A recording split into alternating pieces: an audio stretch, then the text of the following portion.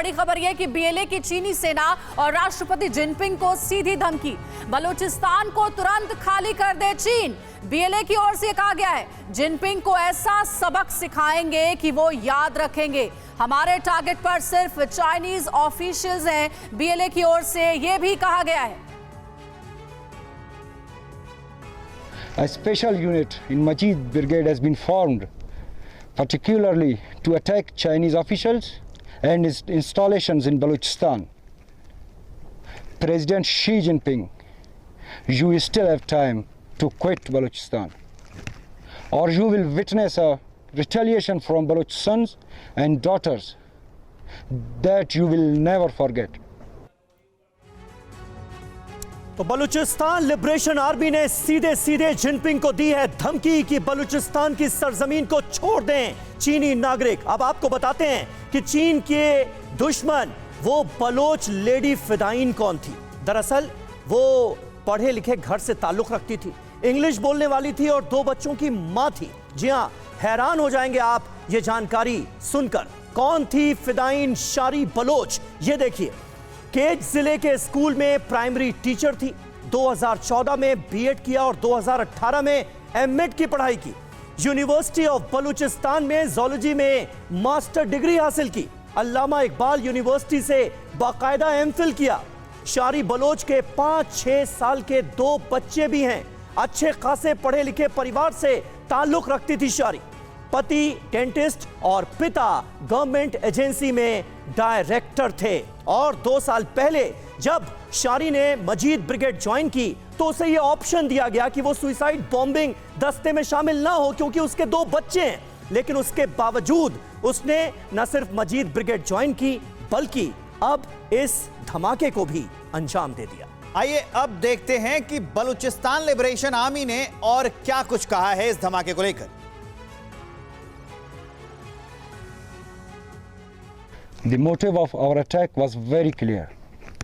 It was a simple and clear message to China and Pakistan to withdraw immediately from Balochistan. This warning to China and Pakistan was also given by our leader, General Aslam Baloch, but China failed to pay heed. We once again make it clear that Gwadar and the rest of Balochistan belong to Baloch. It's our duty to protect our land and sea. Our operation Zir Pahazak. This is a continuous operation that has been initiated to safeguard the Baloch Sea from China, Pakistan and other foreign powers. China, you came here without our consent, supported our enemies, helped Pakistani military in wiping our villages. But now it's our turn. Baloch Liberation Army guarantees you that CPAC will fail miserably on Baloch land.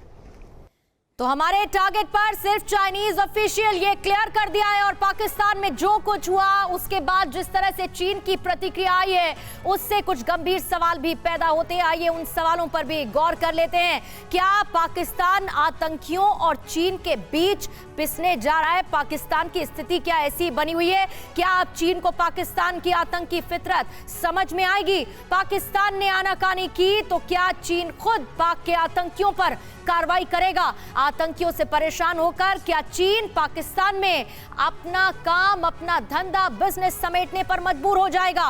क्या अभी भी कोई इससे इनकार करेगा कि पाकिस्तान इलाके की सुरक्षा के लिए एक बहुत बड़ा खतरा है? शैलेंद्र सर, आपका रिएक्शन इसी पर। आप क्या पाकिस्तान की गर्दन इस कदर ही फंसी हुई है क्योंकि तुरंत शहबाज शरीफ को जाना पड़ा और चीनी दूतावास वहां इस मामले को लेकर बातचीत कर, पाकिस्तान की स्थिति और कितनी बुरी हो रही है अभी? देखिए, बड़ी क्लैरिटी से अगर आप इसे थोड़ा सा इवैल्यूएट करें, पाकिस्तान ने जो बोया है वही काट रहा है आज की तारीख में। आज से पहले आप हमेशा बोलते आए कि जो जहां कहीं भी टेररिस्ट लड़ रहे हैं वो अपने देश के लिए लड़ रहे हैं, अपने वजूद के लिए लड़ रहे हैं। आज आपके यहाँ अगर बलूचिस्तान ने कर दिया तो आपको तकलीफ हो गई। सबसे बड़ी बात जो पाकिस्तान के लिए दुख की बात होनी चाहिए, क्यों भाई चाइना को पता नहीं है बीएलए ने किया है? Why is China not prepared to declare कि हाँ जी बलूचिस्तान के खिलाफ आप कार्रवाई करिए? क्यों नहीं कह पा रहा? क्योंकि वो अपने आप को और टारगेट नहीं करना चाहता। उसके लोगों को और टारगेट ना हो। मैं कहता हूं पाकिस्तान के लिए सबसे खराब बात होगी कि वो रिमोट कंट्रोल चाइना के ऊपर चले। आपके यहाँ आपका क्लेम है, आपके प्राइम मिनिस्टर ने लेकिन सर अब तो हालत ऐसी है ना पाकिस्तान की कि चीन जो कहेगा जैसा कहेगा उसे करना ही पड़ेगा। आशीष सिंह हमारे सहयोगी हमारे साथ जुड़े हुए, उनका रुख करते हैं। आशीष, ये कोई पहली बार तो है नहीं जब बीएलए की ओर से पाकिस्तान में चीनी सिटीजन को टारगेट किया गया। इससे पहले कंस्ट्रक्शन साइट पर हमला हुआ था जिसमें चीनी इंजीनियर्स की मौत भी हुई थी। उस समय भी चीन की सरकार ने जवाब पूछा था पाकिस्तान की गवर्नमेंट से। बावजूद इसके अभी तक पाकिस्तान की आर्मी कोई बड़ी कार्रवाई बीएलए के ऊपर नहीं कर सकी है।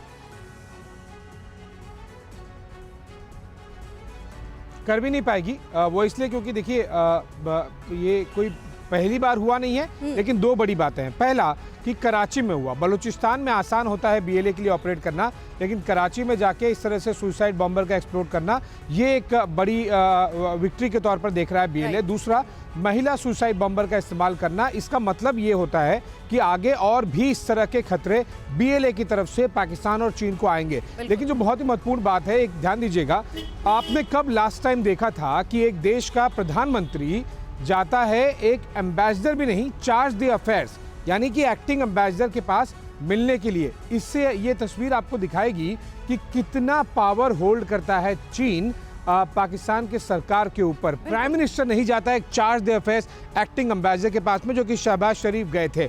लेकिन बहुत ही महत्वपूर्ण बात ये होगी, पाकिस्तानी रेंजर्स, उन तस्वीरों में आप देखिए, पाकिस्तानी रेंजर्स बाइक पर उस बस के दोनों तरफ थे, सिक्योरिटी प्रोवाइड की गई थी, वो फेल हो गई। ISI फेल हो गई। आर्मी बाकी कुछ एक्शन ले, एयर स्ट्राइक वगैरह, ये सब बातें दीगर है और वो उसमें से 99% चीज़ें होने भी नहीं वाली।